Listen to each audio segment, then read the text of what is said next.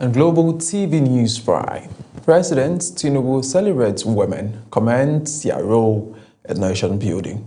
In business, Central Bank of Nigeria to raise fresh 850 billion naira treasury bill auction on March 11. On the foreign scene, Guinean junta dissolves 40 political parties with late-night decree. And in sports, Nigeria women's 4x400 meters team reaches qualification for World Relay Championship. Hello and welcome to all of you as in Nigeria and around the world to News Prime on Global Television, coming to you live from the nation's capital, Abuja. I am Mubong Osoro. A quick reminder, Global Television is on DSTV channel 365 and Star Times channel 276. President Bola Tinubu has celebrated Nigerian women at home and in the diaspora, describing them as central to the country's development and progress. In a message to mark the 2026 International Women's Day, the president said women across various sectors of society continue to demonstrate resilience, courage, and determination which sustain the nation. He noted that women play vital roles in nation building, describing them as mothers, entrepreneurs, professionals, citizens, who contribute significantly to the country's development. Meanwhile, Nigeria's First Lady, Oluremi Tinubu, joined thousands of women in Akwa Ibom State for the 2026 International Women's Day celebration in Uyo, where President Bola Tinubu received an endorsement for a second term in office. Speaking at the event attended by more than 500 participants, the First Lady described the theme, Rights, Justice, and Action for All Women and Girls as a call for greater commitments to gender equality and empowerment. The rally also featured endorsements for Governor Umo Ino and Senate President Godswill Akpabio, while the First Lady inaugurated a senior citizen center named in her honor. The House of Representatives has reaffirmed its commitment to strengthening legislative and institutional frameworks aimed at advancing the rights, inclusion, and well-being of women and girls in Nigeria. In a statement to mark the 2026 edition of International Women's Day, the spokesperson of the House, Akin Rotimi, said the Parliament remains committed to promoting policies and reforms that expand opportunities for women and address structural inequalities affecting them. Rotimi said the House joined Nigerians and international community in commemorating the day and recognizing the contributions of Nigerian women at home and in the diaspora, whose efforts, they say, continue to shape the nation's social and economic progress. Meanwhile, the Deputy Speaker of the House of Representatives, Benjamin Kalu, has called for increased investment in women as a strategic pathway to national development and inclusive growth. Kalu made the call in a statement issued by the Special Assistant on Press Affairs, Udora Oruzu, to mark the 2026 edition of International Women's Day celebration. The day is celebrated globally on March 8th. The 2026 observance is themed Give to Gain, a message that underscores the importance of investing in women through improved access to resources, quality education, and leadership opportunities in order to build a stronger and more equitable society. In his message, the Deputy Speaker said the theme reinforces the long-standing truth that empowering women produces far-reaching benefits for every nation. The federal government has reaffirmed its commitment to empowering women-led enterprise as a key driver of Nigeria's ambition to reach a $1 trillion economy, highlighting opportunities under the African Continental Free Trade Area. At a colloquium in Abuja, organized by the Ministry of Industry, Trade and Investment, Policymakers, development partners, and private sector leaders discussed ways to improve access to finance, expand market opportunities, and boost competitiveness of Nigerian businesses, with a focus on women entrepreneurs. Speaking at the event, Minister Dr. Jumoke Oduwole described the event as a historic framework connecting over 1.3 billion people across Africa, creating a combined market worth more than $3 trillion. She emphasized that Nigeria's success under the trade agreement depends on strengthening productive sector and supporting women-led businesses to compete regionally. In the meantime, Nigeria has joined the global community to mark the 2026 International Women's Day, with the federal government reaffirming its commitments to advancing the rights, economic empowerment, and political inclusion of women and girls across the country.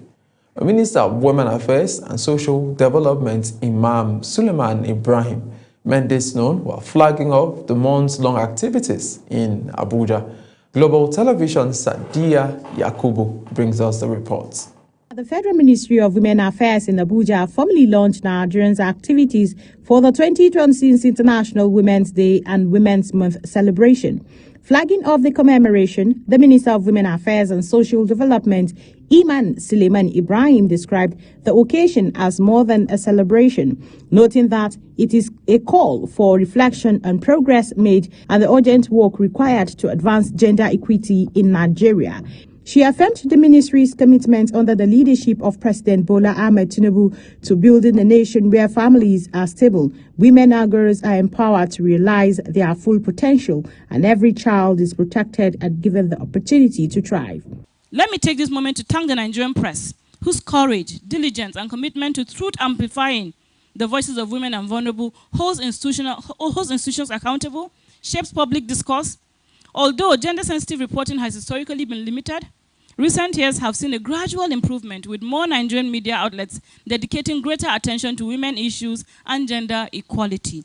According to the minister, the 2020's global theme, Rights, Justice, Action for All Women and Girls, alongside the campaign slogan, Give to Gain, underscores the need to institutionalize equity, enforce justice, and ensure that commitments translate into measurable progress.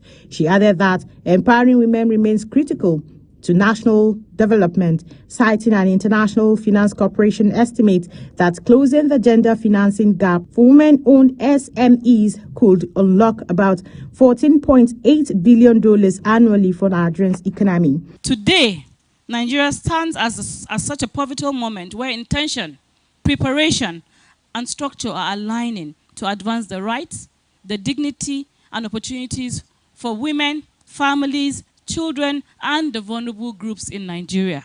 Also speaking, the Minister of Finance and Coordinating Minister of the Economy, Wale Edun, said the event demonstrates government's resolve to advance policies and programs that protect rights, promote justice, and deliver concrete opportunities for women, children, and vulnerable groups nationwide. I want to commend you on driving the social impact interventions that you have.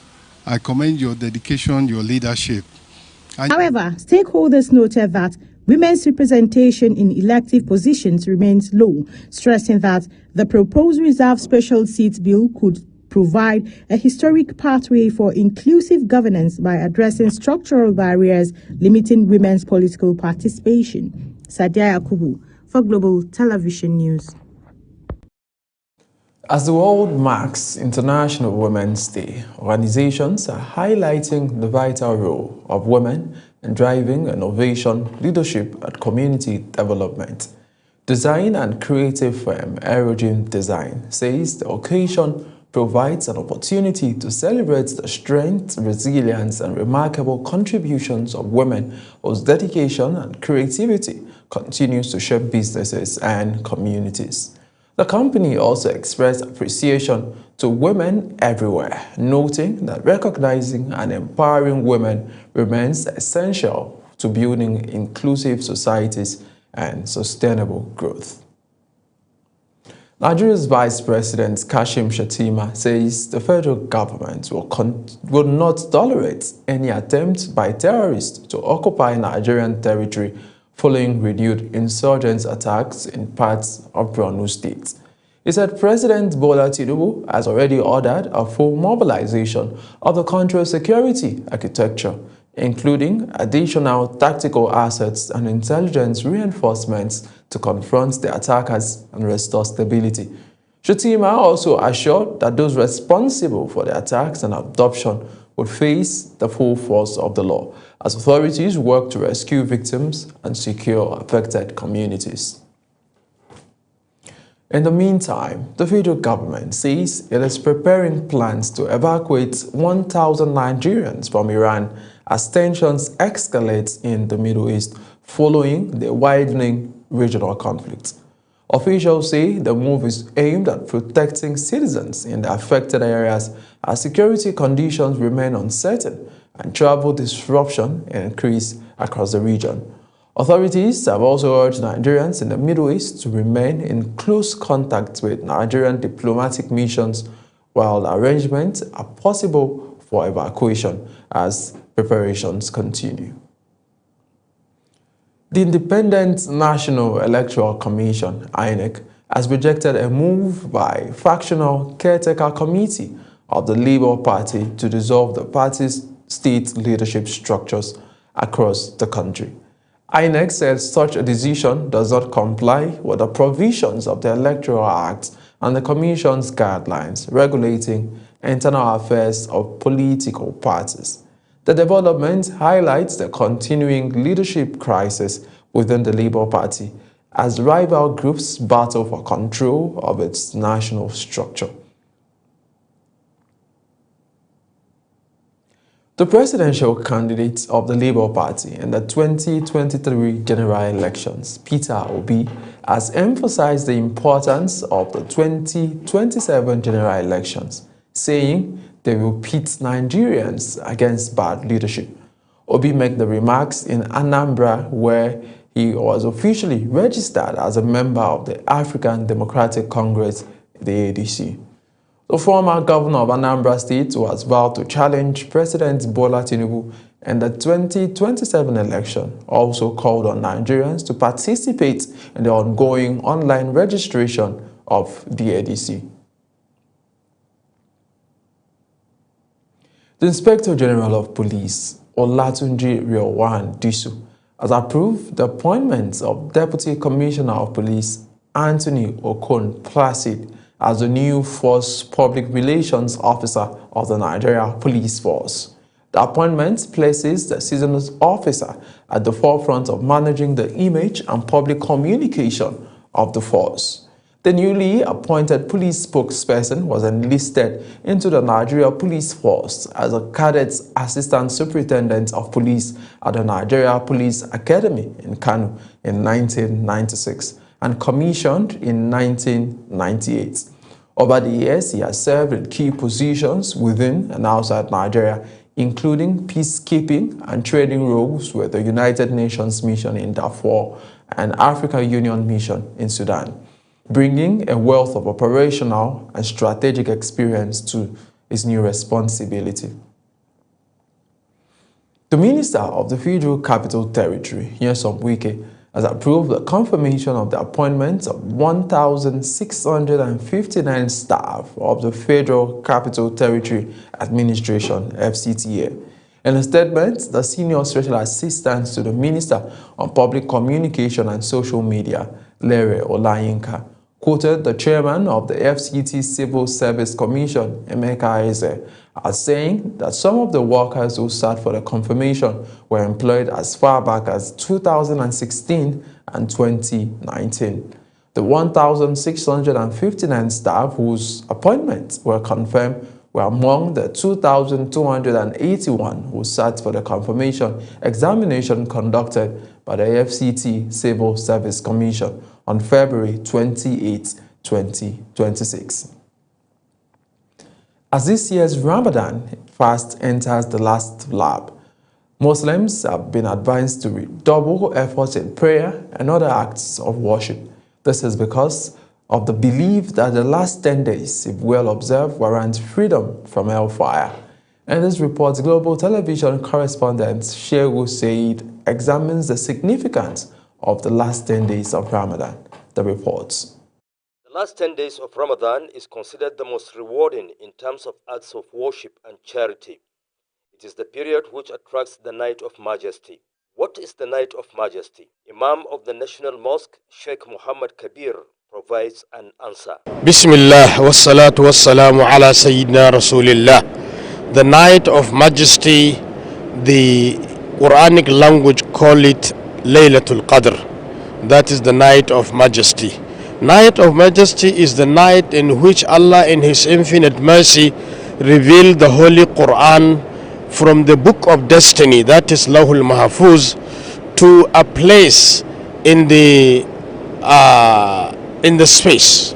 We call it Baytul Izzah. In that Night of Majesty is very, very important to the life of Muslims, because whoever did any righteousness, be it prayer, supplication, or giving out something to help others, whatever kind of kindness, will be double like that of 1,000 month.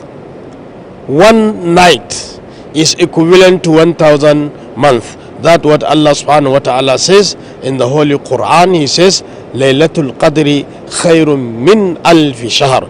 The Night of Majesty is better than 1,000 months. Another verse of the Quran says, Fiha yufraqu kullu amrin hakim. In that Night of Majesty, Allah in His infinite mercy used to make budget or plan for the year that is ahead.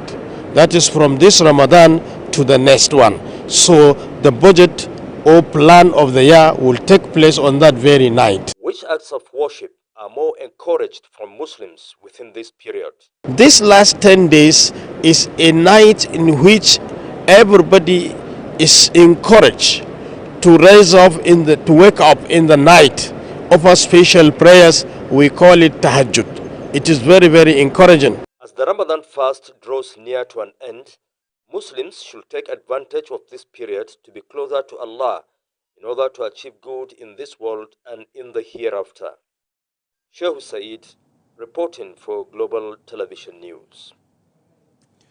You're watching the live broadcast of News Prime. News Prime continues after this weather forecast. We'll come back with business, foreign, and sports stories on the other side of this break. Please do stay with us. Hello and welcome to your weather update. There is some welcome relief across much of the northern part of the country as the recent dust episodes begin to ease. The atmosphere is now much clearer and fresher, bringing improved visibility and better air quality across much of the region. However, while the sky remains largely sunny in the north, temperatures are gradually climbing, especially during the afternoon hours. So residents should still expect a fair amount of heat and thermal discomfort through the day. Moving towards the north-central part of the country, it will be largely sunny, although cloud development is gradually increasing, especially around Kogi, Kwara, and parts of Benue State. Meanwhile, parts of the inland cities of the south, including the stretch of the coastal belt, is experiencing isolated thunderstorms during the late afternoon and evening hours. States such as Osun, Ondo, some parts of Edo, Delta, Ogun, Cross River, Rivers, Akwa Ibom, and Bayelsa states. So while clearer air is returning to the northern region, keep an eye out for developing clouds and possible thunderstorms further south. And that's your weather update. Stay weather aware. Thank you for watching.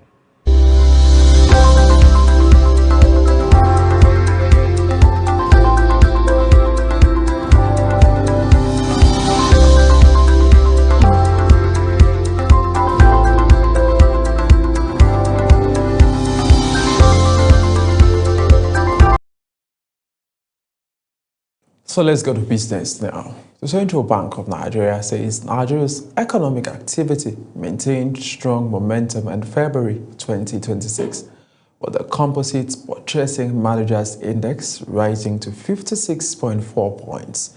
This is according to the latest Purchasing Managers Index report released by the Apex Bank. The The latest report from the Apex Bank shows that this marks the 15th consecutive month of expansion, with growth recorded across key sectors including industry, services, and agriculture. Meanwhile, the Central Bank of Nigeria, CBN, has announced plans to raise 850 billion naira through a fresh treasury bills auction scheduled for March 11, 2026. This is according to the official tender notice mailed to primary market dealers by the Apex Bank on behalf of the Debt Management Office, DMO. This will bring the total amounts raised within 1 week to about 2 trillion naira. In the meantime, the Central Bank of Nigeria says Nigerians repaid about 1.33 trillion naira in personal loans within 1 year, as households' borrowing declined sharply between November 2024 and November 2025. This is according to data from the Apex Bank's economic reports showing November 2025 personal loan balances dropped from 3.32 trillion naira to 1.199 trillion naira during the period, contributing to a broader fall in consumer credit across the banking system.